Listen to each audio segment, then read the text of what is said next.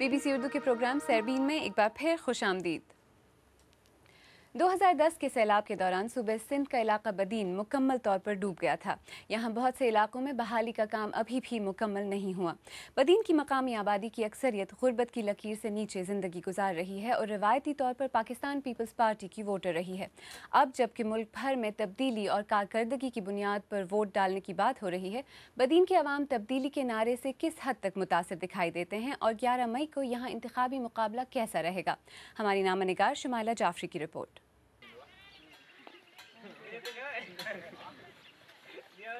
سونو کوہلی گاؤں بدین شہر سے بالکل جڑا ہوا ہے۔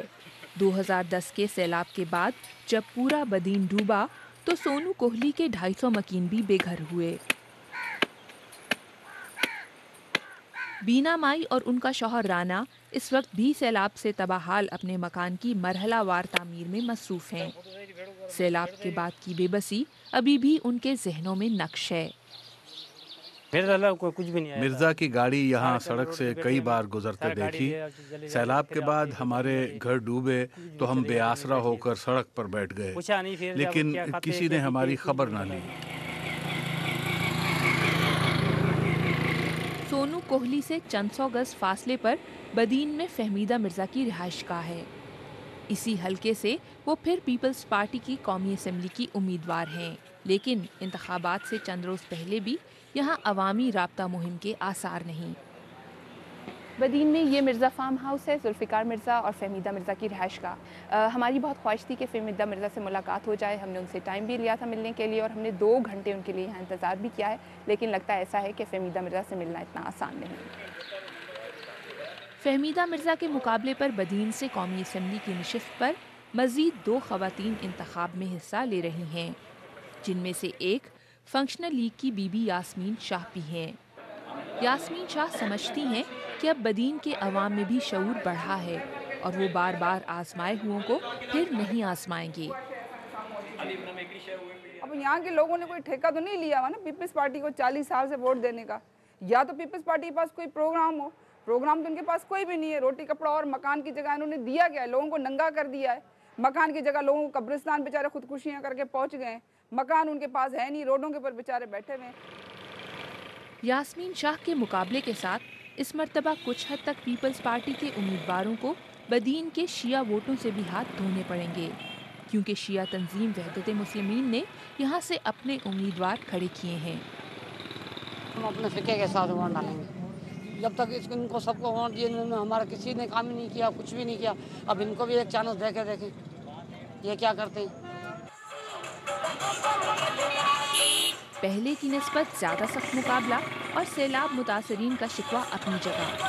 اندرون سندھ کے اکثر علاقوں کی طرح بھٹو خاندان سے روایتی محبت کا شعلہ ابھی بھی بدین کے عوام کے سینوں میں موجود ہے۔ ہمیں کوئی ایسا حکمران اچھا نہیں لگتا ہے جس کو ووٹ دیں، ہمیں پیپلز پارٹی کو کریں گے۔ ووٹ ہمیں پی پی کو دینا ہے، پیپلز پارٹی کو۔ شروع سے بے نظیر صاحبہ کو اور بھٹو صاحب کو دے رہے ہیں، آج تک انہوں کو ہی دیں گے۔ بینا مائی اور سونو کوہلی کے دوسرے مکینوں کو اس سے غرض نہیں کہ مرزا خاندان نے مصیبت میں ان کے آنسو نہیں پوچھے۔ وہ تو پہلے بھی ووٹ بھٹو خاندان کو ڈالتے تھے اور آج بھی ان کا ووٹ بے نظیر کی امانت ہے۔ شمائلہ جعفری، BBC نیوز، بدین۔ اس موضوع پر بات کرنے کے لیے میرے ساتھ کراچی سے براہ راست موجود ہیں عوامی احتساب کمیشن برائے سیلاب کے سکندر بروہی۔ سکندر بروہی صاحب، سیلابی تباہی کے نتیجے میں متاثرہ افراد کی مکمل بحالی اب تک نہیں ہو پائی، تو موجودہ صورتحال میں آپ کو کیا لگتا ہے انتخابات میں پیپلز پارٹی یہاں اپنی برتری برقرار رکھ پائے گی؟ یہ حقیقت ہے کہ سیلاب کے متاثرین ابھی تک اسی حال میں ہیں، اور یہ بھی حقیقت ہے جیسے آپ نے پروگرام میں پہلے ذکر کیا کہ بدین میں سیلاب کے حوالے سے لوگوں کے ساتھ بہت سی زیادتیاں ہوئیں۔ ایک بات جو یہاں رہ گئی ہے میں بتانا چاہتا ہوں، وہ یہ ہے کہ بدین میں اس طرح بھی ہوا تھا کہ کریک ایریا سے، جو کوسٹل ایریا سے لوگ باہر شہروں تک آئے تھے، ان کو اس دور میں واپس کیا گیا تھا کہ جی نہیں کوئی فلڈ نہیں آ رہا، آپ واپس جائیں۔ اور جب واپس وہ گئے تھے تو وہاں ان گاؤں میں جب سیلاب آیا تھا تو کافی لوگ مرے تھے۔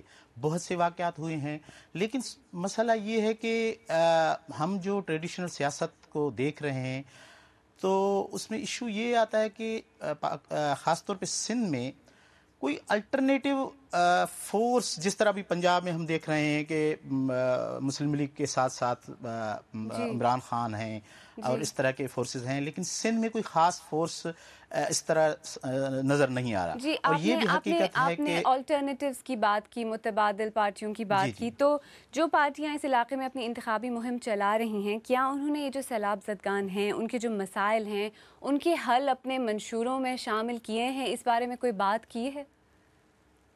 بہت دلچسپ رزلٹ آئے ہیں. ریسنٹلی ہم نے ایک ریسرچ کی، تمام پولیٹیکل پارٹیز کے جو منشور ہیں ان کو ہم نے ریویو کیا. کسی ایک پولیٹیکل پارٹی نے اپنے منشور میں اس ایشو کو، ڈیزاسٹر رسک مینجمنٹ کو اوورال یا ریلیف کو ایڈریس نہیں کیا. یہ بڑا المیہ ہے پاکستان اور سندھ کے حوالے سے. تو آپ کو کیوں لگتا ہے ایسا کیوں ہے؟ اتنا بڑا مسئلہ ہے یہ اس علاقے کا، یہ لوگ پچھلے 3 سال سے دربدر ہیں. کوئی بھی سیاسی جماعت کو کیا اس موضوع کو اہم نہیں سمجھتی؟